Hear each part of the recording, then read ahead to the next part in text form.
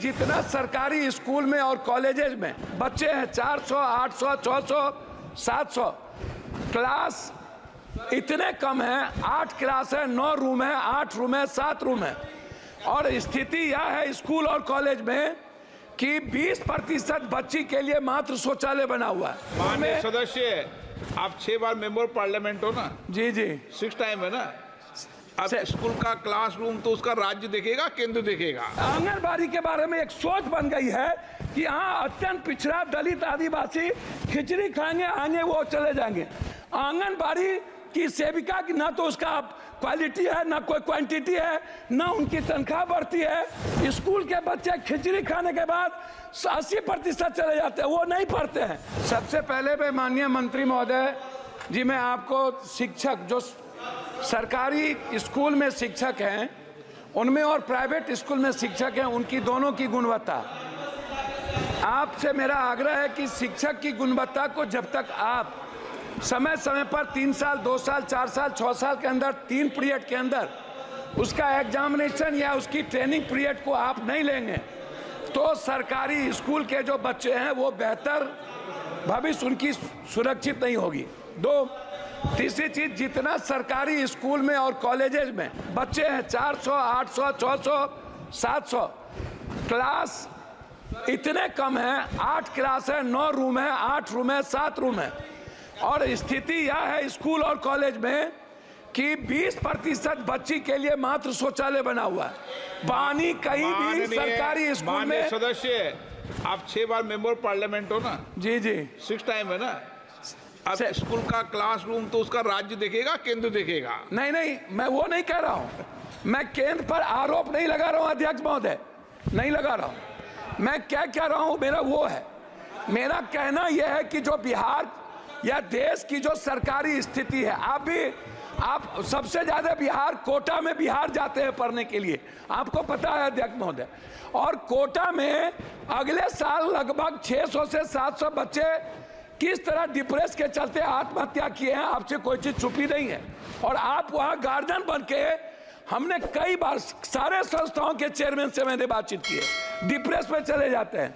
मेरा सबमिशन इस बात को लेकर के है कि बिहार के बंटवारे के बाद ना तो एक नेतरहाट खुली, ना तो सैनिक स्कूल खुला, ना ही केंद्रीय विश्वविद्यालय को तवज्जो मिली, ना जमीन मिली, ना नवोदय विद्यालय पर फोकस किया गया, ना सेंट्रल स्कूल पर फोकस किया गया, ना पंचायत में कस्तूरबा गांधी पर फोकस किया गया। बच्ची के लिए कोई सुविधा नहीं। हम लोगों ने केंद्रीय विश्वविद्यालय का मांग किया था पटना यूनिवर्सिटी को लेके। एक केंद्रीय विश्वविद्यालय भारत सरकार के द्वारा मोतिहारी में खुली, जिसका इतना अनैतिक है। शिक्षा मंत्री महोदय, मैं चाहूंगा कि हर परिस्थिति में वहां के जो विश्वविद्यालय के वीसी है उनकी पूरी कदाचार की जांच जो मोतिहारी है उस पर, और पटना केंद्रीय विश्वविद्यालय को बनाने का मेरा आपसे आग्रह हो। एक पूर्णिया कोसी सीमांचल का पूरा दूसरा उपराजधानी, मैं पॉइंट पर दूसरी उपराजधानी है मेरा, मैं 2 मिनट में खत्म कर दूंगा अध्यक्ष महोदय, थोड़ा दूसरी उपराजधानी है। क्या आप केंद्रीय विश्वविद्यालय बनाने के लिए पूर्णिया कॉलेज को आप देखे हैं? दूसरा चीज है डीएलएड और बीएड।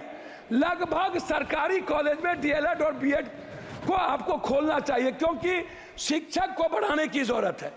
उसमें हम कस्बा में और जगह चाहते हैं, इंटर कॉलेज को हम चाहते हैं रुपौली, और साथ साथ हम चाहते हैं कोढ़ा। इंटर कॉलेज हमारे क्षेत्र में सबसे ज्यादा कम है, उसमें हम आगे आपसे आग्रह करेंगे। आंगनबाड़ी पर आपसे आग्रह यह है कि आंगनबाड़ी के बारे में एक सोच बन गई है कि यहाँ अत्यंत पिछड़ा दलित आदिवासी खिचड़ी खाएंगे, आएंगे वो चले जाएंगे।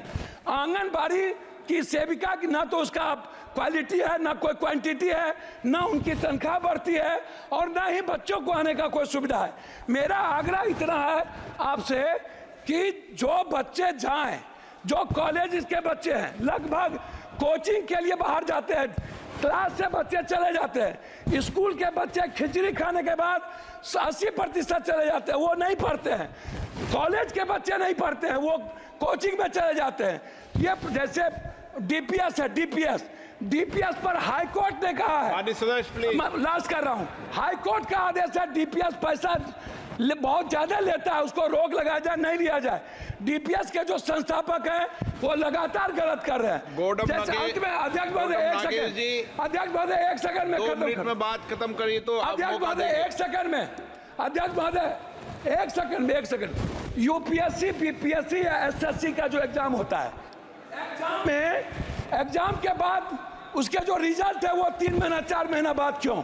इससे बच्चे के भीतर डर है कि हमारी हेराफेरी होती है। मैं चाहता हूं जिसका फॉर्म भरा जाए बच्चे का, यूपीएससी, बीपीएससी, एसएससी या कोई भी ऐसी कंपटीशन में, उसका एग्जाम हो और 15 दिनों के अंदर उसका रिजल्ट निकाला जाए। रिजल्ट निकालकर उसकी ज्वाइनिंग की व्यवस्था की